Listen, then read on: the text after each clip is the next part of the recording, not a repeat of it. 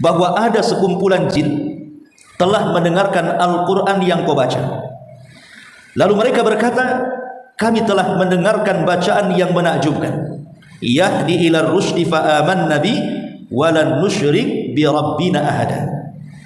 Yang memberikan petunjuk kepada kebenaran, sehingga kami pun beriman kepadanya dan tidak akan mempersekutukan sesuatu apapun dengan Rabb kami.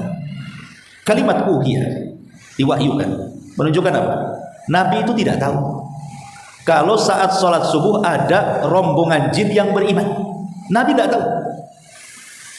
Baru Nabi SAW tahu setelah Allah memberitahu. Karena di sini kalimatnya uhiya ilayya, telah diwahyukan kepada. Maknanya Rasul tidak tahu kalau seandainya ada jin yang duduk kemudian mendengarkan Quran dan langsung beriman. Karena tadi di mukadimah saya katakan kita tidak bisa melihat mereka masalahnya. Boleh jadi kita ngaji di sini itu ada jin-jin akhwat juga di sini. Di samping ibu-ibu ini. Kan cuma ibu tidak tahu saja. Bahwa di samping ibu ada jin yang salafi gitu. Jin yang sudah kenal sunnah sehingga mau ngaji tafsir di sini. Sebagaimana Nabi SAW tidak tahu kalau ada segelompok jin itu sedang ngaji bersama Rasul, mendengarkan bacaan Quran yang dibaca Rasul dalam salat. Kemudian jin pun sampai takjub dengan Al-Quran dan mengatakan, sami'na Qur'anan ajaba. Alangkah indahnya Al-Quran yang kami dengarkan ini. Lihat, jin saja memuji Al-Quran. Sangat menakjubkan isi Al-Quran itu, karena mereka paham. Karena jin yang mendengarkan Al-Quran ini adalah jin Arab, jin Yaman.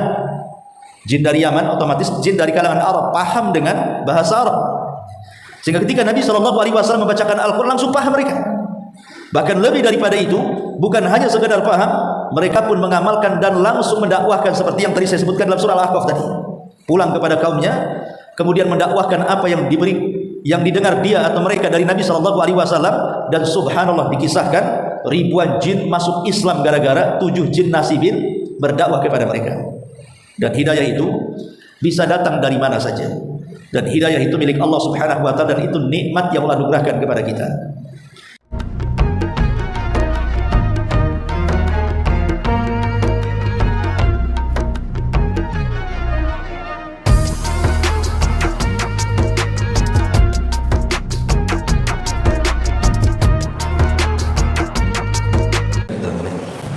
Bismillahirrahmanirrahim. Assalamualaikum warahmatullahi wabarakatuh. Alhamdulillah, wassalatu wassalamu ala rasulillah. Hari ini setelah lama libur karena terpotong Ramadan dan juga suasana lebaran, di pagi hari ini kita sudah mulai kajian kita dan seterusnya. Dan kita masih melanjutkan kajian tafsir dari juz ke-29. Dan kita masuk pada suratul jin. Dan surat ini adalah surat yang unik karena memang dari segi nama saja sudah membuat penasaran. Surat ini disebut dengan suratul jin. Dan jin sendiri adalah satu di antara 3 makhluk Allah yang berakal. Pertama, Allah Subhanahu wa ta'ala menciptakan malaikat, dan itu makhluk yang berakal pertama. Kemudian baru menciptakan jin, dan yang terakhir menciptakan manusia. Adapun jin sendiri disebut dengan al-jin karena memang jin itu tidak bisa terlihat. Jadi kenapa jin itu disebut jin? Listitari, karena mereka memang tidak bisa dilihat. Sesuatu yang tidak bisa dilihat jangan diartikan makhluknya tidak ada. Karena Allah Subhanahu wa ta'ala berfirman tentang mereka di dalam Al-Quran, innahu yarakum huwa wa qabiluhu min haitsu la tarawna. Sesungguhnya mereka jin mampu melihat kalian, dan kita tidak bisa melihat mereka. Tapi ada yang berpendapat dari kalangan ulama sebagai bentuk keadilan Allah Subhanahu wa taala. Memang di dunia kita tidak bisa melihat mereka dan mereka bisa melihat kita, tapi di akhirat Allah balik. Kita yang bisa melihat mereka dan mereka tidak bisa melihat kita. Baik, adapun suratul jin, dia adalah surah Makkiyah yang dilakukan para jin-jin muslim kepada jin-jin kafir. Adapun sebab turunnya, kenapa kemudian Allah Subhanahu wa taala turunkan suratul jin kepada Rasul kita Muhammad sallallahu alaihi wasallam, ada dua versi. Pertama, versi dari sejarah, dan itu disebutkan oleh Imam Ibn Ishaq. Ketika Nabi sallallahu alaihi wasallam tersempitkan dakwahnya di kota Mekah, sehingga hampir-hampir Nabi sallallahu alaihi wasallam sudah tidak bisa bergerak lagi untuk berdakwah karena tekanan-tekanan yang luar biasa dari para pembesar Mekah dan juga orang-orang kafir Quraisy. Maka Nabi sallallahu alaihi wasallam kemudian hijrah dalam berdakwah menuju satu tempat yang disebut dengan Taif. Di situ ada kabilah Tsaqif. Dengan harapan berpindahnya tempat, boleh jadi mungkin penduduk Mekah tidak menerima dakwah, tapi penduduk Taif bisa menerima dakwah. Berangkat Nabi sallallahu alaihi wasallam dengan pembantunya Zaid ibn Harithah untuk berdakwah di Taif. Tapi sesampainya di Taif, justru Nabi sallallahu alaihi wasallam ditolak mentah-mentah, bahkan mendapatkan penghinaan yang belum pernah didapati di Mekah, di mana bukan hanya orang-orang dewasa laki-laki dan perempuan, sampai anak-anak ikut mengusir Nabi sallallahu alaihi wasallam. Dan ini penghinaan. Maka Nabi sallallahu alaihi wasallam pun keluar dari Taif. Ketika sampai kemudian di tempat di mana Nabi sallallahu alaihi wasallam sudah lelah menjauh dari Taif, maka malaikat Jibril datang dengan dua malaikat Jibal, penunggu bukit Taif. Kemudian Jibril menawarkan kepada Nabi sallallahu alaihi wasallam, bagaimana kalau engkau perintahkan dua malaikat ini untuk mengangkat dua bukit Taif dan menimpakan kepada orang-orang yang sudah merendahkan kamu. Tapi Nabi sallallahu alaihi wasallam kemudian menolaknya dan mengatakan, Allahumma di biqaumin fa innahum la ya'lamun. Biarkan saja mereka. Ya Allah, berikan hidayah kepada mereka penduduk Taif, karena mereka tidak tahu saya ini seorang nabi. Wajar kalau mereka memperlakukan aku seperti ini. Dan ini bukti kesabaran Rasul dalam berdakwah. Sampai ketika Nabi sallallahu alaihi wasallam beristirahat di kebun kurma, maka Nabi sallallahu alaihi wasallam melaksanakan salat subuh. Disitulah Nabi sallallahu alaihi wasallam dalam salatnya membacakan ayat-ayat Al-Qur'an. Saat Nabi sallallahu alaihi wasallam membacakan ayat-ayat Al-Qur'an itulah, maka ada sekelompok jin yang menyasar ke kebun kurma itu. Tentu karena kehendak Allah, Allah yang memalingkan jin itu untuk sampai di situ. Lah ketika jin-jin itu kemudian mendengar ayat-ayat yang dibacakan Nabi sallallahu alaihi wasallam, entah hidayah dari mana masuk ke lubuk hati mereka. Kemudian mereka pun mengatakan, amanna bih, kami pun beriman dengan apa yang dibacakan Rasul dari ayat-ayat Al-Qur'an. Maka hal ini disebutkan dalam surah Al-Ahqaf ayat 29 dan seterusnya, di mana Allah Subhanahu wa taala mengatakan, wa id sarafna ilaika nafar minal jinni yastami'una al-Qur'an falamma hadaruhu qalu ansitu falamma qudiya wallaw ila qaumihim mundirin. Allah mengatakan, dan ingatlah ketika kami palingkan kepadamu wahai Muhammad sekelompok dari kalangan jin.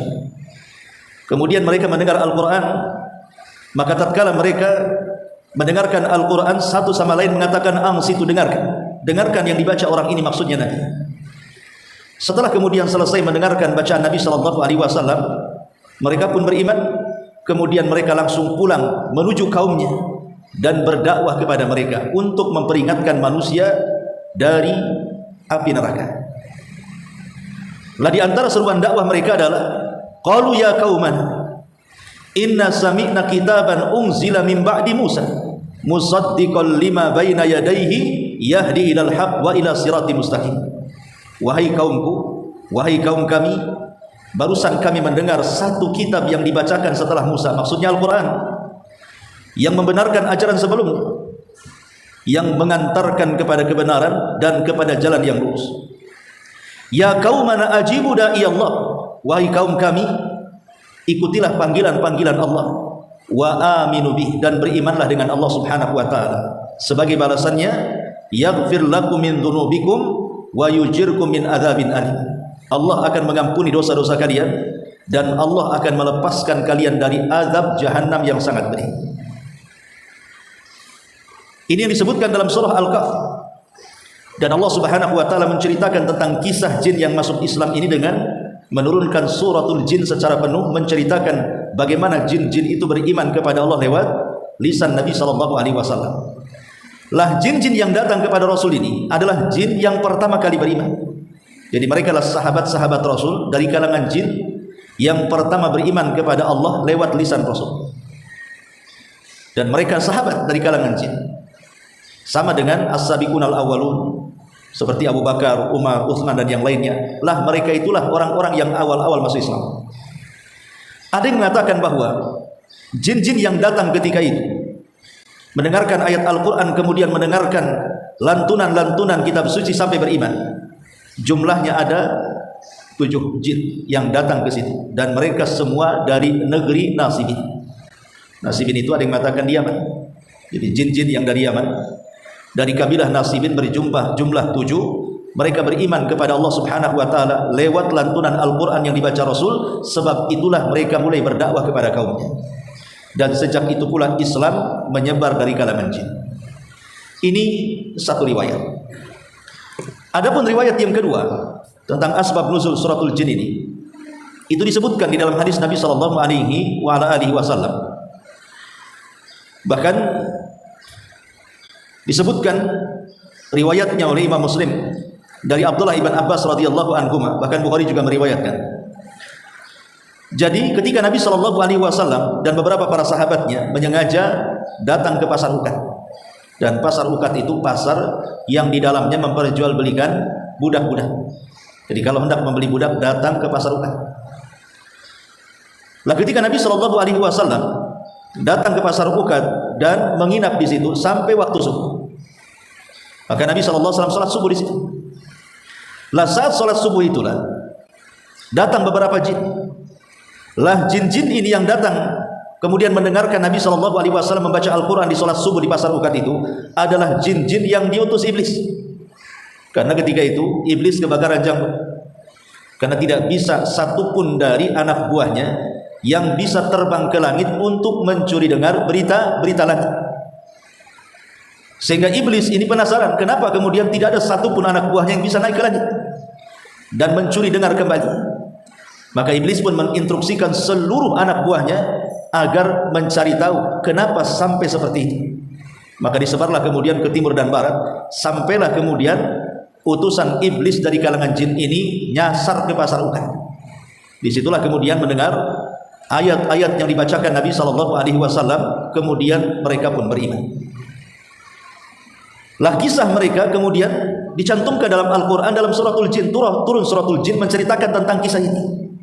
Bagaimana jin-jin ini yang diutus iblis untuk mencuri dengar, kemudian tiba-tiba terhenti di langit. Bahkan kalau nekat naik ke langit akan disambar oleh panah-panah api dari gugusan bintang, dan mereka jarang yang selamat, pasti mati. Sehingga kemudian iblis ini pengen tahu kenapa seperti itu. Karena begini, ulama berselisih pendapat tentang kondisi jin yang naik ke langit. Pertama terjadi sebelum diutusnya Nabi SAW. Yang kedua setelah diutusnya Nabi SAW, dan yang ketiga setelah wafatnya Nabi SAW. Adapun sebelum diutusnya Nabi SAW tidak ada khilaf ulama. Semua jin, bahkan sebagian besar jin, mereka naik ke langit. Karena di langit itu ada pos-pos jin, di awan-awan itu. Kemudian dari pos jin itulah mereka naik ke langit dengan cara bertumpu satu jin dengan jin yang lainnya. Mungkin kalau saya memudahkan cara memahami, seperti melihat orang panjat pinang. Jadi bertumpu satu jin sampai mendekati langit pertama. Lah terkadang ketika Allah Subhanahu wa taala memerintahkan kepada Jibril untuk membuat peristiwa di bumi, entah nanti di bumi akan terjadi tsunami, banjir, gempa, atau mungkin akan terjadi kesuburan, ekonomi meningkat dan begitu seterusnya. Maka kemudian Jibril ini akan menugaskan malaikat-malaikat yang sudah ditugaskan Allah Subhanahu wa taala agar membuat peristiwa-peristiwa itu di bumi. Lah saat Jibril menyampaikan tugas-tugas itu, lah jin yang mendekati langit pertama terkadang mendengar satu atau dua kalimat. Lah satu dua kalimat ini kemudian disampaikan kepada jin yang ada di bawahnya. Jin yang di bawahnya disampaikan kepada jin yang ada di bawahnya lagi, sampai kepada pos yang ada di awan-awan itu.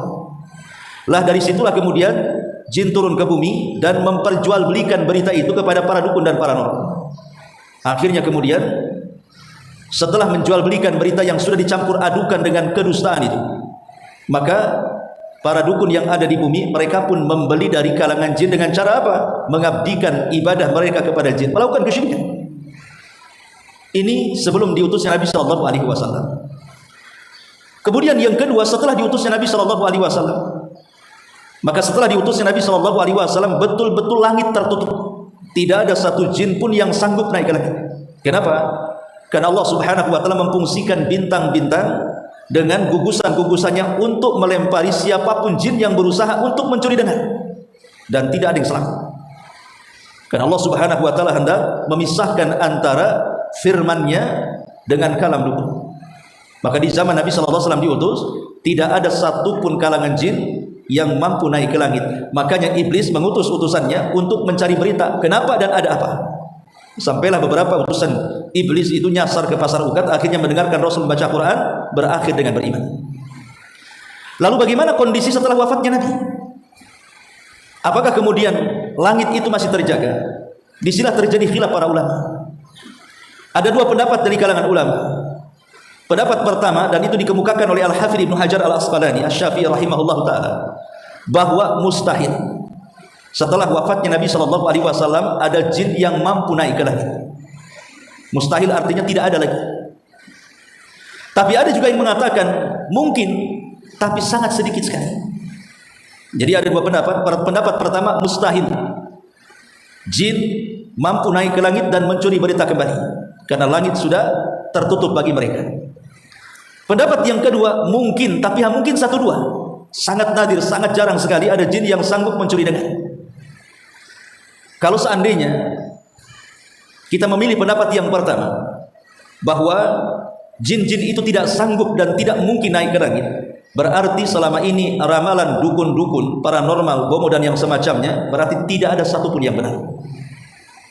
Kalau dulu sebelum diutusnya Rasul, mungkin para dukun itu bisa meramal sesuatu. Makanya di zaman jahiliyah sebelum Nabi SAW diutus, dukun itu menjadi rujukan.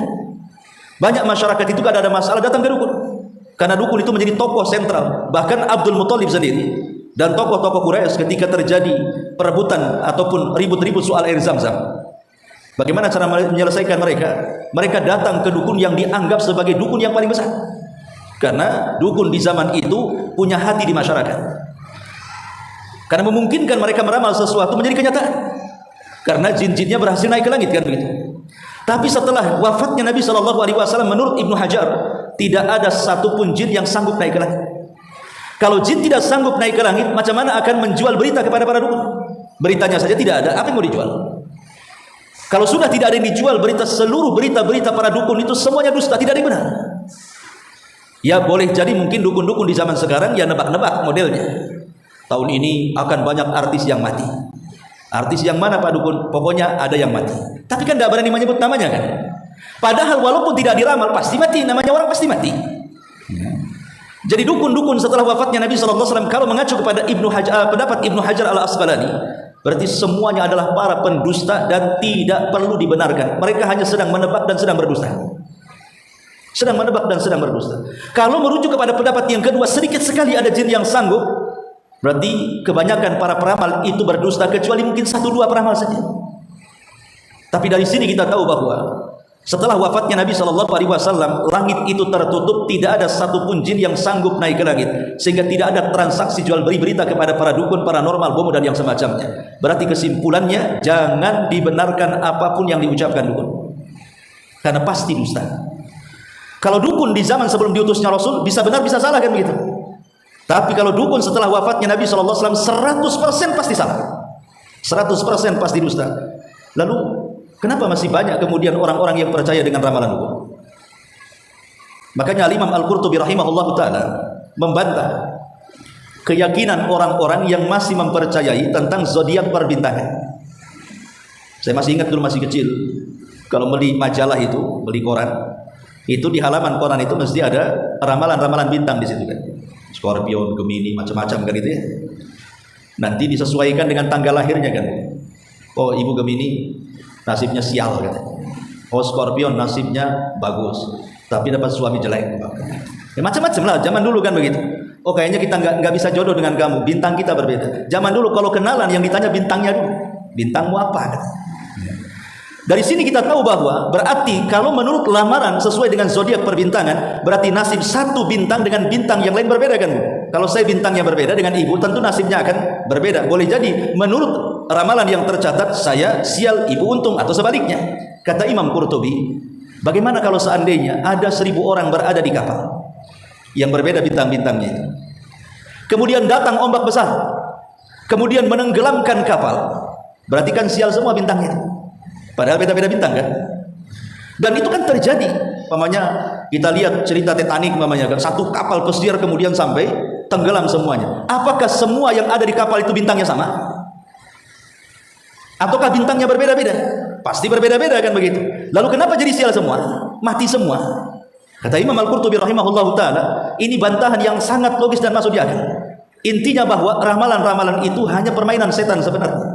Karena semua manusia itu baik rezekinya, umurnya, bahagia dan celakanya, semua sudah ditakdirkan Allah, bukan tergantung kepada zodiak perbintangan.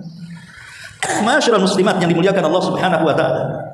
Kembali kepada asbab nuzul daripada suratul jin tadi. Dari sini kita tahu bahwa sebab turun daripada suratul jin ini adalah bercerita tentang beberapa jin yang beriman kepada Nabi sallallahu alaihi wasallam, dan di sini bentuk bagaimana Allah hendak menghibur Nabi sallallahu alaihi wasallam. Bagaimana Rasul tidak terhibur dengan suratul jin ini? Nabi sallallahu alaihi wasallam sudah berusaha untuk berdakwah kepada kafir Quraisy dengan berbagai macam metode, mulai dari yang lembut sampai yang keras, mulai dari terang-terangan sampai sembunyi-sembunyi. Tapi apa yang dihadapi oleh Nabi sallallahu alaihi wasallam? Penentangan demi penentangan dari orang-orang Quraisy. Kebanyakan mereka tidak beriman. Walaupun ayat-ayat Al-Qur'an sudah dibacakan berulang-ulang kali ke telinga mereka.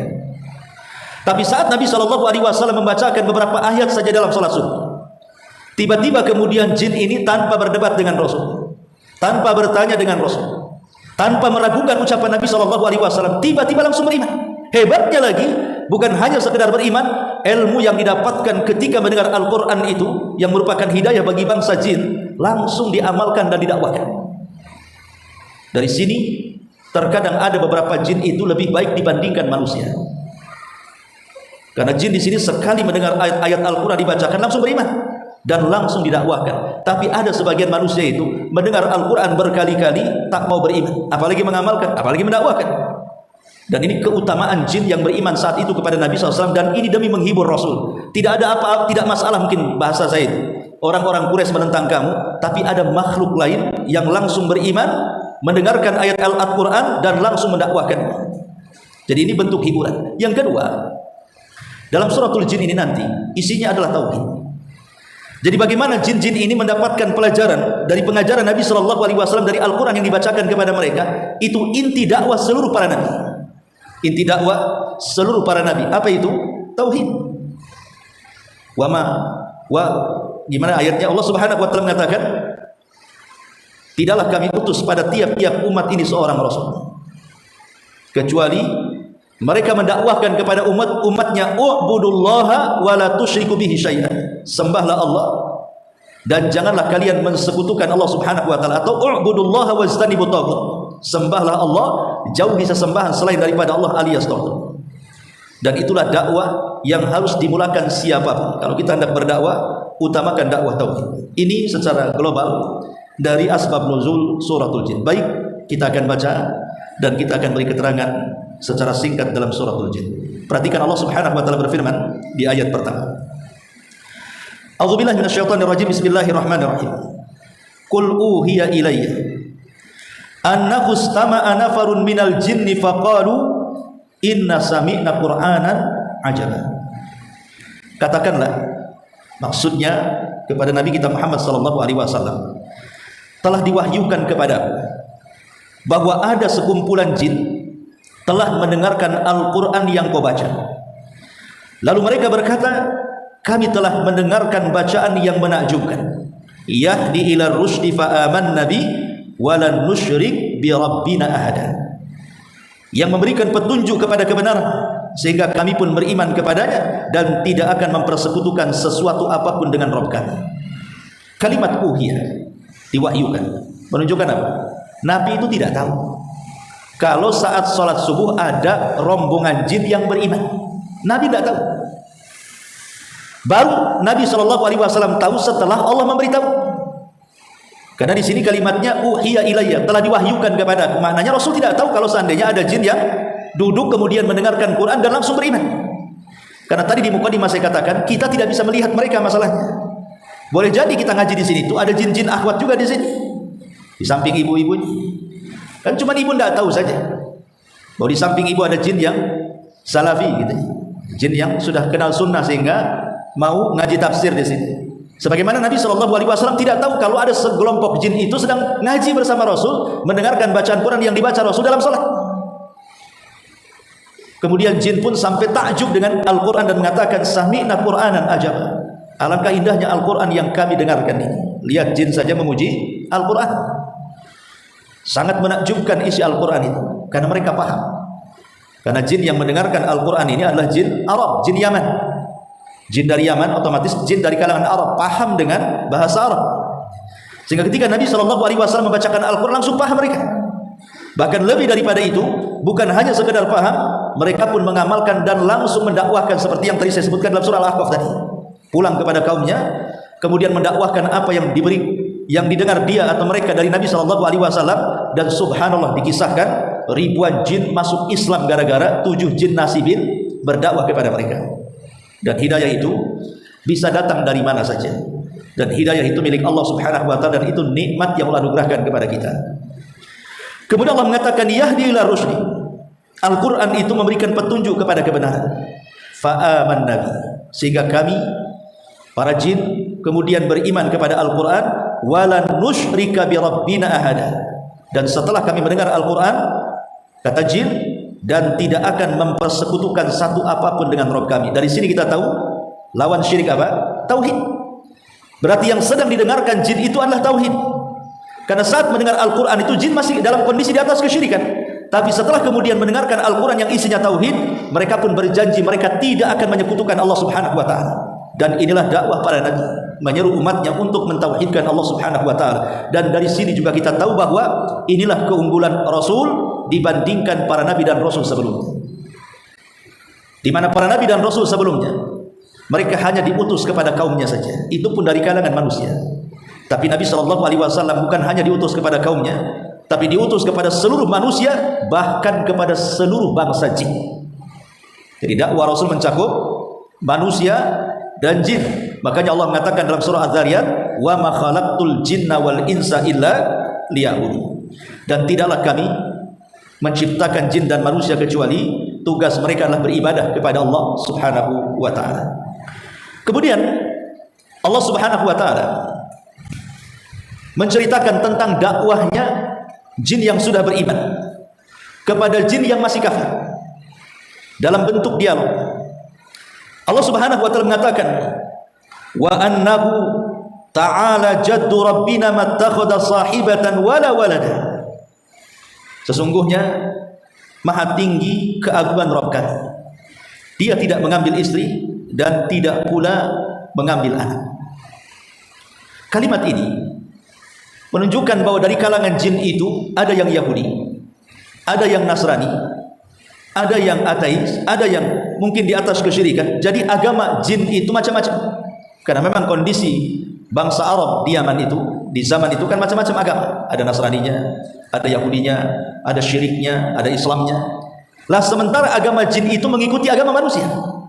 Ya kebetulan mungkin jin ini tertarik dengan Nasrani, jadi Nasrani. Tertarik dengan Yahudi, jadi Yahudi. Tertarik mendengarkan ateis, jadi ateis. Tertarik dengan Islam, jadi Islam. Seperti kisah-kisah jin yang masih Islam ini. Sehingga jin yang sudah muslim ini mendapati ada kawan-kawan mereka dari kalangan jin itu yang meyakini seperti keyakinan orang Nasrani, yang mengatakan bahwa Allah itu memiliki pasangan, memiliki keturunan, dan begitu seterusnya. Maka kemudian jin ini kemudian menjelaskan bahwa perkara itu batil dan itu bukan bentuk mengagungkan Allah Subhanahu wa taala. Makanya kemudian Allah mengatakan wa annahu ta'ala jaddu rabbina, dan sesungguhnya maha tinggi keagungan Rabb kami. Apa bentuk mengagungkan Allah Subhanahu wa taala? Mattakhadha sahibatan wala walada. Tidak menjadikan Allah ini berkeyakinan bahwa Allah punya istri ataupun punya anak. Makanya Allah mengatakan lam yalid wa lam yulad. Allah itu tidak melahirkan dan tidak dilahirkan. Allah tidak punya keturunan, dan Allah juga bukan diturunkan dari Allah sebelumnya. Dan ini menunjukkan apa? Semangatnya para jin untuk mendakwahi teman-temannya yang sudah terpengaruh dengan agama Nasrani. Maka ini juga pelajaran bagi kita. Betapa banyak kaum muslimin yang sudah masuk Islam terbawa dengan Nasrani kan. Terutama di Batam ini kan banyak sekali. Gara-gara faktor ekonomi, suaminya orang luar, banyak duitnya, yang penting banyak hartanya, akhirnya pindah agama. Banyak sekali di Batam. Lah kalau kita memiliki teman yang seperti itu, maka tarik kembali mereka ke dalam Islam. Jelaskan bahwa itu bukan bentuk pengagungan kita kepada Allah dengan menjadikan Allah itu memiliki keturunan atau dilahirkan. Karena Allah mengatakan lam yalid wa lam yulad. Kemudian Allah Subhanahu wa taala mengatakan wa annahu kana yaqulu safihuna 'ala Allahi syatata. Sesungguhnya orang-orang yang bodoh di antara kami selalu mengucapkan perkataan yang melampaui batas terhadap Allah Subhanahu wa taala. Jadi jin yang sudah mendapatkan hidayah dari dakwah Nabi sallallahu alaihi wasallam ini, mereka menjelaskan kondisi sesama jin di antara mereka yang sedang berkumpul, bahwa di antara kami, maksudnya kalangan jin ini, ada orang-orang yang bodoh, bahkan terkadang mengucapkan sesuatu yang melampaui batas kepada Allah Subhanahu wa taala. Jadi bukan kalangan manusia saja, jin juga seperti itu. Dari kalangan manusia kan ada juga yang bahlul kan itu ya, yang tidak mau belajar agama sama sekali, bahkan tidak mau sholat, bahkan ditanya sholat pun tak paham, ditanya wudhu aja tak paham, ditanya zakat apalagi, ditanya ayat-ayat Al-Quran mustahil dia tahu karena tidak pernah belajar. Jadi kalangan jin juga kurang lebih seperti itu. Mereka banyak orang yang bodoh, tapi ada juga yang pintar, ada juga yang melampaui batas, ada juga yang tidak. Kemudian dilanjutkan wa anna dhananna allan taqulal insu wal jinnu 'ala Allahi kadziba. Sungguh kami mengira bahwa manusia dan jin itu tidak akan mengatakan perkataan dusta terhadap Allah Subhanahu wa taala. Pada awalnya jin-jin yang masuk Islam ini, sebelum mereka masuk Islam, mereka berkeyakinan mana ada manusia dan jin itu berani mengucapkan kalimat dusta kepada Allah. Tapi setelah kemudian jin-jin ini mendengar ayat-ayat Al-Quran dibacakan Rasul, kemudian masuk Islam, barulah kemudian bisa melihat, oh rupanya banyak juga manusia yang berdusta kepada Allah, banyak juga jin yang berdusta kepada Allah Subhanahu wa taala. Dan itu faedah daripada ilmu pengetahuan namanya. Ibu sebelum ngaji kan blank, tidak tahu mana yang benar mana yang salah kan, dikiranya semua benar.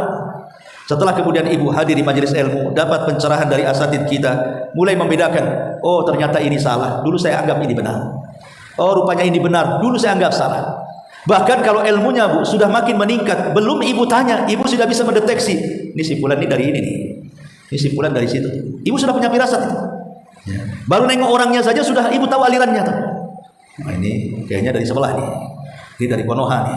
Pokoknya pasti akan firasatnya tajam. Kenapa? Karena sudah punya pengetahuan. Tapi kalau orang tidak punya pengetahuan, disangkanya semua sama. Ah itu teroris ini. Kenapa? Teroris berjanggut cingkrang. Ini pasti teroris nih. Karena orang awam kan tidak tahu kan. Akhirnya menyamakan semua orang.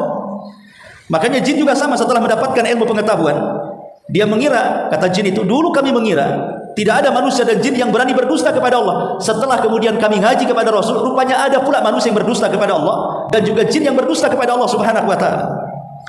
Kemudian Allah Subhanahu wa taala melanjutkan firman-Nya, wa annahu kana rijalun minal insi ya'udzuna birijalin minal jinni fazaduhum rahaqa. Sesungguhnya ada beberapa orang laki-laki dari kalangan manusia yang meminta perlindungan kepada beberapa laki-laki dari kalangan jin, sehingga mereka para jin itu menjadikan mereka manusia bertambah sesat. Sebagian ahli tafsir seperti Al-Qurtubi dan yang lainnya, Ibnu Katsir, Tabari, banyaklah ahli tafsir mengatakan bahwa ayat ini ada asbab nuzulnya. Dahulu di zaman jahiliyah, terutama orang-orang Yaman, ada kebiasaan. Jadi kalau melintasi tempat-tempat yang dianggap angker, Umpamanya kalau kita melintasi ke desa-desa, ke hutan-hutan, ada pohon beringin atau pohon yang menakutkan lah. Maka orang-orang Arab jahiliyah dari Yaman ini biasanya mereka permisi di tempat-tempat itu dan meminta perlindungan kepada Sayyid Al-Wadi, pemimpinnya, embahnya yang menjaga lembah itu. Dan mereka pun para jin senang akhirnya memberikan perlindungan. Jadi dahulu orang-orang Arab kalau melintasi tempat yang sangat menakutkan, maka mereka mengatakan, wahai pemilik lembah ini, wahai penguasa lembah itu, saya ingin lewat di sini, tolong lindungi saya. Maka saat jin-jin itu mendengar, maka jin-jin itu kemudian memberikan perlindungan. Dan dalam Islam ini adalah kesyirikan. Walaupun sebenarnya kalau seandainya saya datang ke ibu ini punya jabatan tertentu atau punya kekuatan, mungkin polisi, tentara atau apa, saya minta perlindungan, akhirnya ibu lindungi saya, syirik atau tidak? Tidak syirik. Kenapa? Karena ibu sanggup melindungi. Lalu kenapa kemudian jin-jin ini yang sanggup melindungi, kemudian melindungi manusia yang melintas dianggap syirik? Berbeda ketika kita meminta manusia tidak dianggap syirik. Bedanya di mana? Bedanya karena ibu terlihat. Kita meminta kepada makhluk yang nampak di hadapan kita dan dia sanggup memberikan perlindungan. Adapun jin ini makhluk yang tidak terlihat, gaib bagi kita. Sementara kita meminta kepada perkara-perkara gaib, itu kesyirikan dalam Islam, walaupun mereka sanggup memberikan perlindungan kepada kita. Makanya dalam Islam dilarang meminta perlindungan kepada jin walaupun mereka sanggup melindungi. Kenapa? Karena itulah tujuan mereka, agar kita tunduk kepada mereka. Jadi jin-jin itu kalau seandainya diminta melindungi ibu, kemudian ibu meminta dan mereka melindungi, itu kebanggaan bagi mereka. Mereka bangga. Kenapa? Karena ibu mau menghambakan diri kepada mereka. Dan itulah yang diinginkan. Makanya wajar kalau seandainya mereka itu dengan berbagai macam media menakut-nakuti kita. Jin itu akan berusaha menakut-nakuti dengan media apapun. Entah lewat angin, tiba-tiba berisik anginnya, mulailah bulu kuduk kita berdiri semua. Apa nih? Mulai masuk anginnya, menggoyang-goyangkan gorden. Lalu ketakutan, kenapa gorden bergoyang-goyang ini? Ada kucing di bawah.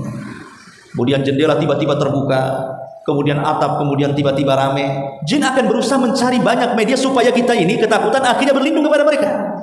Makanya Nabi SAW untuk membatalkan tradisi jahiliyah ini, Rasul mengajarkan kepada para sahabat, idza nazala manzilan, kalau kalian lewat di sebuah tempat dan di situ menurut anda ini angker, menakutkan, kata Nabi SAW, bacalah a'udzu bikalimatillahi tammati min syarri ma khalaq. A'udzu bikalimatillahi tammati min syarri ma khalaq. Kalau kita membaca ini, Nabi SAW berikan jaminan, lam yadhurrahu syai'un hatta tartahila min manzilihi syai'un. Dan kalian tidak akan diganggu dan tidak akan mendapatkan madarat sampai engkau berpindah dari tempat itu, kata Nabi. Jadi kalau ibu mamanya melewati tempat yang dianggap menakutkan, kalau di Batam sih tidak lah ya, mungkin di pulang kampung, lewat kebun, lewat hutan, lewat kuburan, menakutkan kan gitu. Jangan bilang permisi, lewat kuburan permisi, atau ada yang ngomong silakan, makin takut kan itu. Maka cukup membaca bismillah, itu paling singkat. Atau bacalah a'udzu bikalimatillahi tammati min syarri ma khalaq. Kemudian jangan dipedulikan, berjalan. Karena ada seorang ustadz itu bercerita. Jadi ada satu rombongan di di mobil. Kebetulan sopirnya itu sudah ngaji, tapi penumpangnya ini masih awam. Lah saat melintasi jembatan itu dianggap angker karena banyak kecelakaan, mungkin belum disembelihkan kepala sapi di situ. Intinya angker lah di situ. Lah masyarakat awam itu kalau pakai kendaraan untuk menunjukkan bentuk permisi biasanya ngapel pakai klakson kan itu. Jadi kata yang belakang, "Pak, bel katanya." Enggak mau katanya. Ada udah ngaji kan? Yang belakang lagi ngomong lagi, "Bel, Pak," katanya. Enggak mau katanya. Akhirnya karena sopirnya enggak mau, dibukanya jendela, mulut dia yang mau titit gitu. Ah sudah katanya, lewat katanya. Nah ini keyakinan di masyarakat seperti ini. Ini masih banyak. Lah ngapain kemudian kita permisi di tempat itu? Rasulullah SAW sudah memberikan anjuran sebenarnya. Karena kalau kita kemudian takut dan meminta perlindungan, itu yang dicari mereka. Maka di sini Allah Subhanahu wa taala mengatakan, "Wa annahu kana rijalun minal insi ya'udzuuna bi rijalin minal jinni fazaduhum rahaqa." Sesungguhnya ada beberapa laki-laki dari kalangan manusia yang meminta perlindungan kepada beberapa laki-laki dari kalangan jin, sehingga jin-jin itu menjadikan mereka manusia bertambah sesat. Makin sesat kita dibuat, bisa saja jatuh kepada kesyirikan. Kemudian Allah Subhanahu wa taala mengatakan, "Wa annahu wa annahum dhannu kama dhanantum alla yab'atsallahu ahada. Sesungguhnya mereka jin mengira sebagaimana kamu orang-orang musyrik Makkah mengira bahwa Allah tidak akan membangkitkan kembali siapapun pada hari kiamat. Jadi jin-jin yang beriman ini yang sudah mendengarkan Al-Qur'an kemudian berbicara dengan jin-jin yang kafir saat mendakwahkan tauhid. Mereka mengatakan, sungguh kami mengira, kata jin yang sudah beriman kepada jin yang kafir, rupanya keyakinan orang-orang musyrik dari kalangan manusia dengan kalian itu sama saja. Masih aja di antara kalian tidak yakin bahwa ada kehidupan setelah kematian. Kemudian mereka pun menjelaskan hakikat kehidupan setelah kematian, bahwa kehidupan setelah kematian itu ada dan itu harus kita imani dan kita yakini. Kemudian Allah Subhanahu wa taala melanjutkan, wa anna lamasna as-samaa'a fawajadnaha muli'at harasan syadidan wa syuhuban wa anna kunna naq'udu minha maqa'ida lis-sam' faman yastami'il an yajid lahu shihaban rasyada wa alla nadri asyarrun urida biman fil ardi am arada bihim rabbuhum rasyada. Jin berkata lagi, sesungguhnya kami jin telah mencoba mengetahui rahasia langit, maka kami mendapatkan penuh dengan penjagaan yang kuat dan juga panah-panah api. Sesungguhnya kami dari kalangan jin dahulu selalu menduduki beberapa tempat di langit untuk mencuri dengar berita-berita langit. Akan tetapi sekarang siapa yang mencoba mencuri dengan dengar pasti akan menjumpai panah api yang mengintai untuk membakarnya. Dan sesungguhnya kami tidak mengetahui apakah keburukan yang dikehendaki Allah terhadap siapa yang ada di bumi, ataukah Rabb mereka menghendaki kebaikan terhadap mereka. Tadi saya sudah dijelaskan, ini jin yang beriman ini menceritakan. Dulu kata jin ini, sebelum kami beriman, kami selalu mengintai rahasia langit, mencari berita-berita dari langit untuk dijual kepada para dukun. Tetapi setelah diutusnya Nabi SAW dan kami beriman, maka tidak ada satu jin yang sanggup naik ke langit. Bahkan kalau nekat akan diburu oleh panah-panah gugusan bintang, panah-panah api yang akan membunuh. Kemudian jin yang beriman ini lembut dakwahnya kepada jin yang belum beriman, seolah-olah mengatakan, sesungguhnya bintang-bintang ataupun gugusan-gugusan bintang, panah-panah api yang diluncurkan dari langit dan menghantam kita kalangan jin ini, apakah ini sebuah kebaikan atau sebuah keburukan? Jadi jin ini ketika jin muslim berdakwah kepada jin kafir menggunakan bahasa logika, bahasa lembut, tidak langsung mengatakan itulah kalau kalian disambar api itu berarti kalian jin yang buruk, enggak begitu. Tapi bahasanya ya mungkin dia mengatakan ya mungkin boleh jadi itu sebuah kebaikan atau boleh jadi itu sebuah keburukan. Dan hendaklah seperti itu kalau kita berdakwah. Kalau kita berdakwah itu jangan menjustis langsung kita di atas kebenaran walaupun kita yakin di atas kebenaran. Pemain yang dihadapi ini orang awam. Ya kita diskusi sajalah. Ya kita kan nggak tahu apakah anti yang benar atau ana yang benar. Padahal kita yakin kita yang benar kan gitu ya. Tapi kalau dengan bahasa seperti itu kan tidak sakit hati. Tapi kalau kita mengatakan kau ini salah, batil, sesat, dolalah, masuk neraka. Aku ini yang benar, masuk surga. Jelas di Al-Quran Sunnah. Ya orang nggak mau mendengarkan dakwah seperti ini. Jadi jin ini mengajarkan thariqah dalam berdakwah, bahwa dalam berdakwah itu harus lembut. Harus lembut supaya orang yang didakwahi itu menerima dakwah kita. Lah kurang lebih seperti itu yang dilakukan jin yang sudah beriman kepada jin yang kafir dan menceritakan tentang kisah berita langit. Dan disebutkan dalam sebuah hadis yang panjang sekali itu. Jadi saat Allah Subhanahu wa taala hendak mewahyukan sesuatu kepada para malaikat, apa yang terjadi? Semua malaikat pingsan.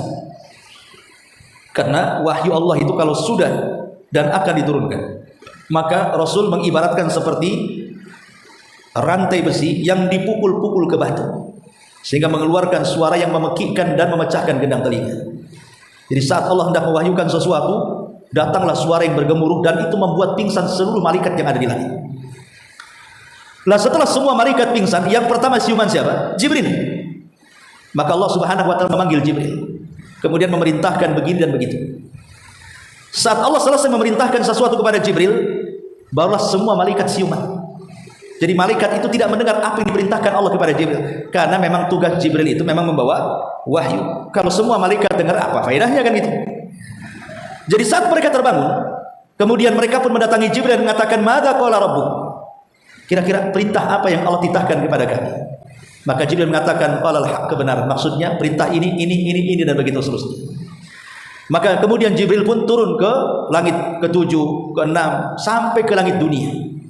Kemudian menugaskan para malaikat di langit dunia ini, kira-kira apa yang terjadi di bumi? Apakah akan terjadi gempa? Apakah ada yang terjadi tsunami dan begitu seterusnya. Lah saat Jibril ini membicarakan soal tugas-tugas, itulah jin yang di bawah langit pertama ini, yang paling atas, dia memasang telinganya. Kira-kira ini malaikat ngomong apa nih? Kalau mendapatkan 1-2 kalimat langsung diambil, kemudian disampaikan kepada jin yang di bawahnya, sampai kepada jin yang di bawahnya. Itu pun ditambah-tambah, sehingga ketika sampai yang paling bawah, 1 kalimat yang benar, 99 dusta. Jadi kalau seandainya berita itu ada 100, maka 99 dusta, 1 yang benar. Karena kalimatnya sudah ditambah-tambah. Wallahu a'lam. Sampai ayat ke 10 saja. Baik, sebelum itu, kalau ada yang bertanya silakan.